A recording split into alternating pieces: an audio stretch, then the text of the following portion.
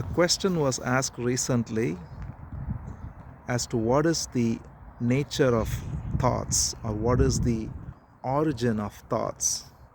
Let's inquire into this question carefully because this very inquiry can not only reveal the nature of thoughts but also the space of freedom that is independent of thoughts if we go into this carefully. So clearly, we cannot have any thoughts without memory. It is memory that is the ground of thoughts. Whatever we know, that forms the basis of whatever thoughts we have. So memory itself then is a process of accumulation through knowledge and experience. Now, when we go into the process of how knowledge and experience is gained, we see that we gain knowledge and experience through interaction. We interact with people starting from childhood, and through all the interactions, we collect so much of knowledge and experience which is stored as memory, and this memory in turn becomes the ground for thoughts to come from. And what is interesting is that this is the exact process, obviously, for every single human being. So, when we interact with others, we are not only acquiring knowledge and experience, we are also contributing to the knowledge and experience of the other person we interact with. So, in effect, what we are doing is we are constantly interacting and thereby constantly co-creating knowledge and experience, which is then stored locally in the brain, which becomes the ground for thoughts and which also becomes the ground for the next set of knowledge and experience. So the best way to explain this perhaps is through a computing metaphor. There is something called distributed computing, where there is no single central server which is providing the information. There is also no independent client or separate computer that is disconnected from the network. Instead, there is only a distributed network of computers, every computer both acting as a client and a server, both consuming and producing. So in effect, the entire knowledge base of the system is the collective knowledge base of the entire distributed network, and every participating computer gets knowledge from all its adjacent nodes and in turn provides knowledge to all the adjacent nodes, and thereby knowledge is replicated and transferred across the network. This is exactly what happens with us humans. We interact with people and we interact by gaining knowledge as well as by transmitting knowledge, and thereby the knowledge we have stored locally in our brain is a collection of knowledge we have acquired through all the interactions, and the same is true for every single person who is interacting with others and thereby collecting and transmitting knowledge. So what this then shows is the entire memory base, knowledge base, which is the base of experience, base of all thoughts, is a collective phenomenon.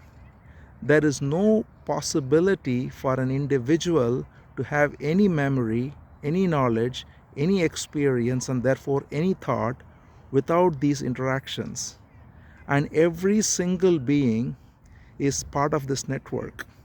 So we are in effect one collective mind which is participating in this collective network, both acquiring and transmitting knowledge. And this is exactly why we see that no thought is unique to any person.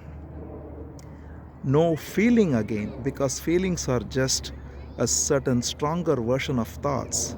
All feelings such as jealousy, greed, lust, anger, they again are so common to all societies, all cultures. All thoughts, of course, are again found in various cultures, various societies, and of course, there are specific instances of certain thoughts in certain communities, and they transmit out. So, in effect, what we see here is the nature of thoughts and emotions has got nothing personal about it. It is a collective phenomenon, and this phenomenon is what is contributing to the ground of thoughts, which means that no thought is personal, no feeling is personal, no emotion is personal. All of this is only a product of memory, knowledge, experience that we both transmit and acquire through the process of living in society, living anywhere, any place. When we recognize this, then there is absolutely no reason to consider any thought as mine, any feeling as mine. And when we see this, there is instantly a freedom, because there is no need to then be attached to any thought as mine. There is no need to feel proud about or feel regretful about any thought or feeling. Every thought, every feeling comes from the same ground. There is not a single thought or a single feeling that is individual. It is all a collective phenomenon, and it continues on, and all these thoughts and feelings will continue to exist long after our bodies die, because they will be transmitted into different other brains which will carry it on after this brain goes away, and so on. So when we recognize this, then that no thought is mine, no feeling is mine, no emotion is mine, then who is this I? There is no I that can make claim to any experience, any knowledge, any memory, any thought.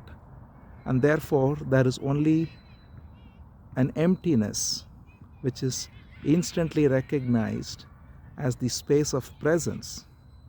That is where we are always grounded, though we don't recognize it, because we are unconsciously identified with every rising thought as mine, every rising feeling as mine, and running with it one after another.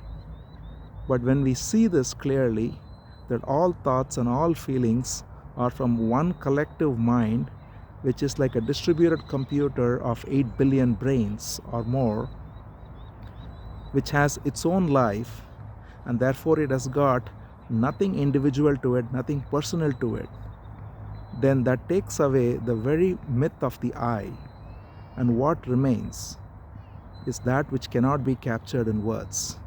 The simple, silent presence and emptiness, which has got no thoughts associated with it, no feelings associated with it, a simple awareness. And yet all these words fail because they are again concepts.